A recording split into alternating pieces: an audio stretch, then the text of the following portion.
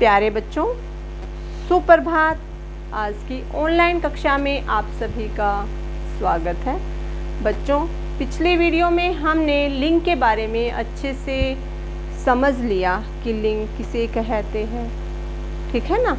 और आपने बना भी लिए पुल्लिंग से स्त्रीलिंग। तो देखो बच्चों, कुछ शब्द हमेशा पुल्लिंग रहते हैं, हमेशा वो शब्द पुरुष जाति का बोध कराते हैं। देखो वो कौन कौन से शब्द हैं। दिनों और महीनों के नाम, जो आपके दिनों के नाम होते हैं, जैसे सोमवार, मंगलवार, बुधवार, वीरवार, शुक्रवार, शनिवार, रविवार, ठीक है ना।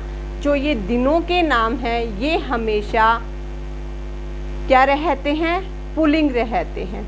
इसके बाद हमारा आता है महीनों के नाम, ठीक है ना। आपने मंथ्स नेम पढ़े होंगे, जैसे जनवरी, फरवरी, मार्च, अप्रैल, मई, जून, जुलाई, अगस्त, सितंबर, अक्टूबर, नवंबर, दिसंबर। 12 महीने होते हैं ना। तो ये महीने भी हमेशा पुल्लिंग रहते हैं, ठीक है ना, पुरुष जाति का बोध कराते हैं ये भी हमेशा। इसके बाद पर्वतों के नाम, ठीक है ना।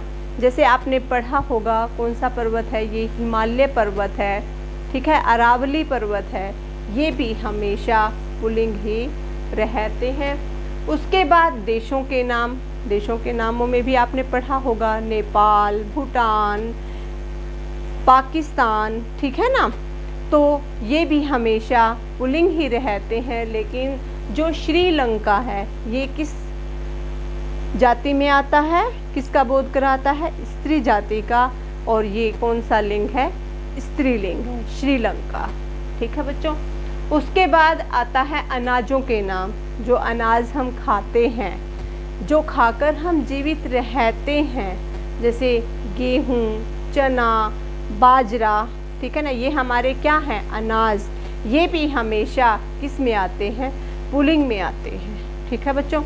इसके बाद कुछ शब्द हमारे हमेशा स्त्रीलिंग होते हैं, ठीक है ना, उनका हम पुल्लिंग नहीं बनाते। देखो वो कौन कौन से शब्द हैं हमारे। जैसे सबसे पहले हमारा है नदियों के नाम। नदियों के नाम भी आप सभी ने पढ़े होंगे, जैसे गंगा, यमुना, गोदावरी। ये जो नाम है ये हमेशा किस में आते हैं, स्त्रीलिंग में आते हैं। हमेशा स्त्री जाति का बोध ये शब्द हमारे कराते हैं। उसके बाद है बच्चों, देखो तिथियों के नाम। अब आपको समझ नहीं आ रहा होगा कि ये तिथियां क्या होती हैं, ठीक है ना। देखो बच्चों, जैसे हमारे अंग्रेजी के महीने होते हैं जनवरी, फरवरी, ऐसे ही हमारे अपने लोकल महीने होते हैं, जेठ, बैसाख, साड़, श्रावण, ठीक है ना। ये महीने होते हैं। तो इसमें भी दिनों के अपने अपने नाम होते हैं। आपने अपनी मम्मी को कहते हुए सुना होगा कि आज सुना मेरा ना पूर्णमासी का व्रत है, आज अमावस्या है, आज आपके घर में खीर बनेगी, आज हम खीर बनाएंगे, ठीक है ना।